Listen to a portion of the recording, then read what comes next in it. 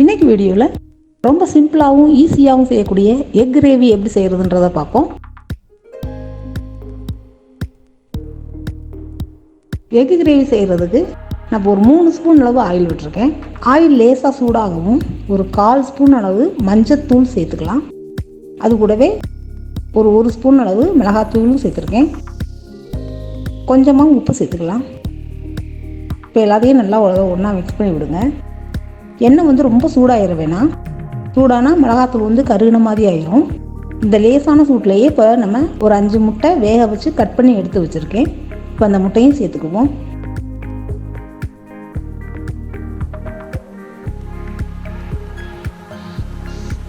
லேசான சூடு இருக்கையிலேயே அப்போ இந்த முட்டையும் அப்படியே லேசாக திருப்பி விட்டுக்கிட்டே இருங்க.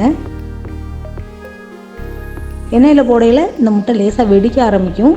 அதனால் முட்டையை கொஞ்சம் தள்ளினே போடுங்க.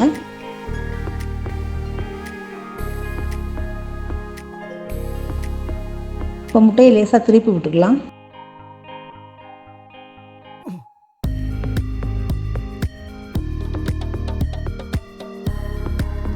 இப்போ முட்டை நல்லா வறுபட்டுருச்சு.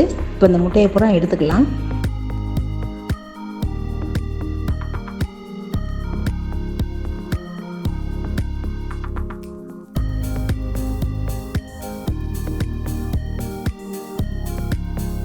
இப்போ அதே எண்ணெயிலேயே ஒரு ஸ்பூன் அளவு சீரகத்தூள் சேர்த்துருக்கேன். ஒரு 2 பச்சை மிளகாய் கட் பண்ணது சேர்த்துக்குவோம்.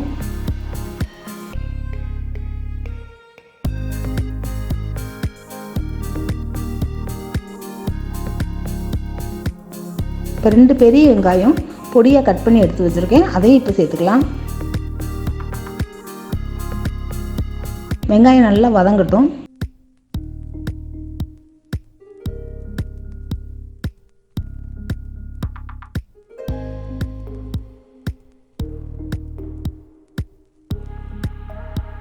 வெங்காயமும் இப்போ நல்லா வதங்கிடுச்சு. இந்த சமயத்தில் 1 ஸ்பூன் அளவு இஞ்சி பூண்டு பேஸ்ட்டு சேர்த்துக்குவோம்.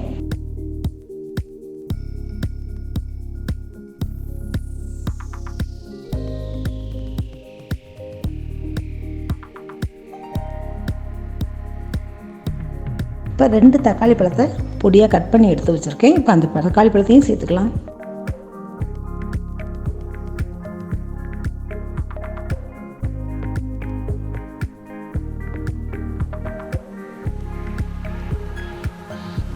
அது கூட கொஞ்சமாக கருவேப்பிலை கொத்தமல்லி தழையும் சேர்த்துக்குவோம். இப்போ எல்லாமே இதெல்லாம் நல்லா வதங்கட்டும். இப்போ உப்பு ஏற்கனவே நம்ம கொஞ்சம் சேர்த்துருக்கோம். இப்போ தேவைப்பட்டால் கொஞ்சமாக உப்பு சேர்த்துக்குங்க. இப்போ எனக்கு காரம் கொஞ்சம் வேணுன்றதுனால 1 ஸ்பூன் மிளகாத்தூள் சேர்த்துருக்கேன். ஒரு 1/2 ஸ்பூன் அளவு மல்லித்தூள் சேர்த்துருக்கேன். உங்களுக்கு காரம் சின்ன பிள்ளைலாம் சாப்பிடுவோம் வேணான்னு நினச்சிங்கன்னா காரம் போடாதீங்க. மல்லித்தூள் மட்டும் ஒரு 1/4 ஸ்பூன் போடுங்க.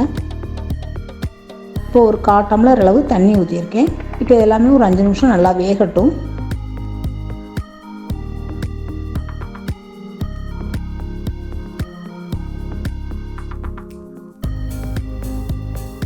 இப்போ அதில் மூடி போட்டு அப்படியே மூடி வச்சுருவோம். ஒரு 5 நிமிஷம் நல்லா வேகட்டும்.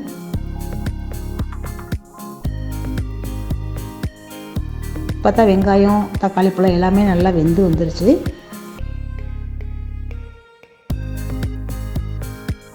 இந்த சமயத்தில் நம்ம எடுத்து வச்ச முட்டைகளை சேர்த்துக்குவோம்.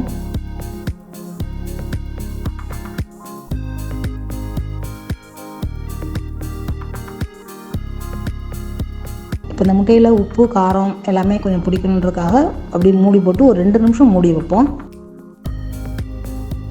இப்போ 2 நிமிஷம் ஆயிடுச்சு. இப்போ அந்த முட்டையை லேசாக அப்படியே திருப்பி விடுங்க.